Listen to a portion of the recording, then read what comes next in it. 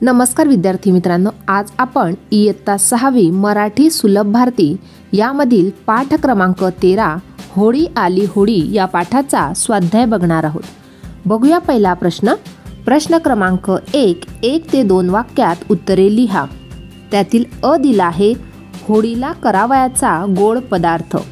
याचं उत्तर आहे या प्रकारे पुरणपोळी। दुसरं केर कचरा टाकण्याचे ठिकाण। याचे उत्तर आहे कचरापेटी किंवा खड्डा। पुढचा प्रश्न बघणार आहोत।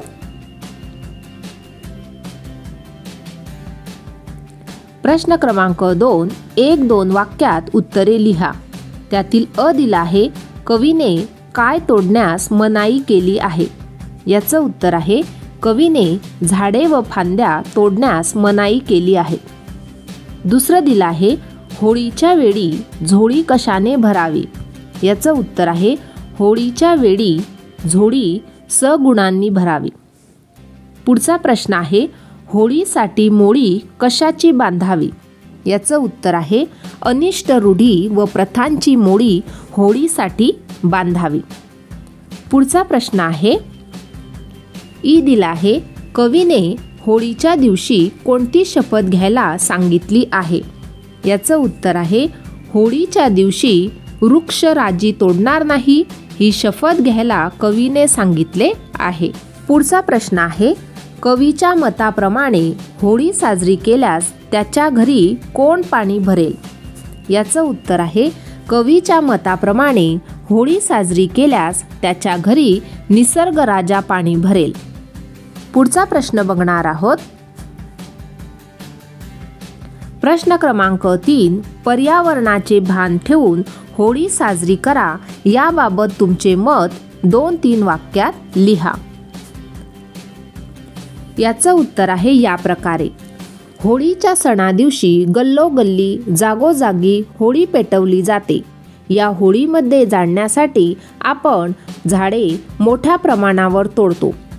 ही झाडे जाळल्यामुळे वायू प्रदूषण एकाच दिवशी मोठ्या प्रमाणात होते। झाडे तोडल्यामुळे जीवनावश्यक ऑक्सिजनचे प्रमाण कमी झाले आहे। एकाच सार्वजनिक ठिकाणी आपण होळी जाळून तिची सर्वांनी सामूहिक पूजा केली तर होणारे मोठ्या प्रमाणावरील प्रदूषण आपणास टाळता येईल। होळीच्या दिवशी झाडे न तोडता झाडे लावण्याचा संकल्प करूयात व आपल्या पृथ्वीचे संवर्धन करूयात, पर्यावरणाचे रक्षण करूया। अशा प्रकारे पर्यावरणाचे भान ठेवून होळी साजरी करायला हवी। पुढचा प्रश्न आहे प्रश्न क्रमांक 4 होळीच्या सणाची तयारी तुम्ही कशी कराल ते लिहा। प्रथम मी घराच्या अंगणात पाण्याचा सडा शिंपडून अंगण स्वच्छ करून घेईन। नंतर होळीसाठी अंगणात एक छोटासा खड्डा तयार करेल।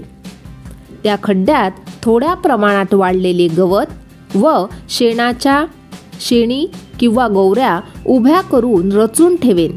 नंतर होळीभोवती सुंदर रांगोळी काढेन।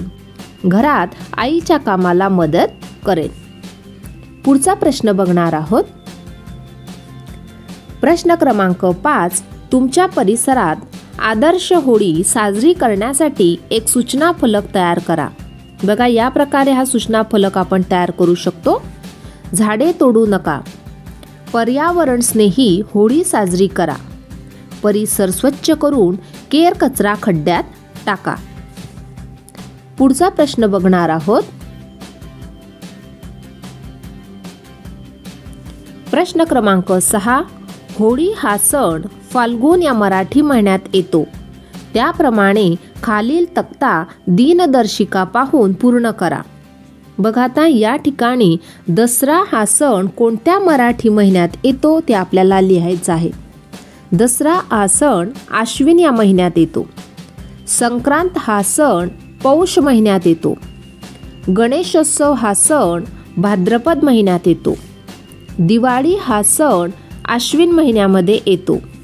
गुढीपाडवा हा सण चैत्र महिन्यात येतो आणि होळी हा सण फाल्गुन महिन्यामध्ये येतो।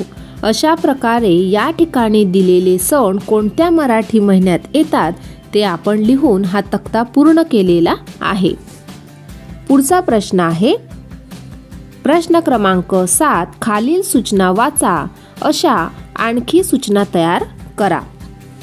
बघा, नदीच्या पाण्यात केर कचरा निर्माल्य टाकू नये. दुसरं, स्वच्छता असेल घरीदारी तर आरोग्य नांदेल घरोघरी.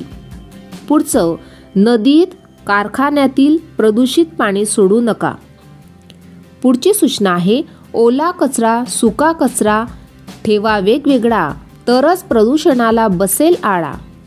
पुढचं, परिसर ठेवा स्वच्छ मन होईल प्रसन्न. पुढचं, बागेतल्या झाडांची पाने फुले तोडू नका. अशा प्रकारच्या सूचना आपण तयार केलेल्या आहेत. अशा प्रकारे आज आपण होळी आली होळी या पाठाचा स्वाध्याय पाहिला. आजचा व्हिडिओ कसा वाटला ते नक्की कॉमेंट करून कळवा आणि व्हिडिओला लाईक शेअर आणि सबस्क्राईब करायला विसरू नका मित्रांनो. धन्यवाद.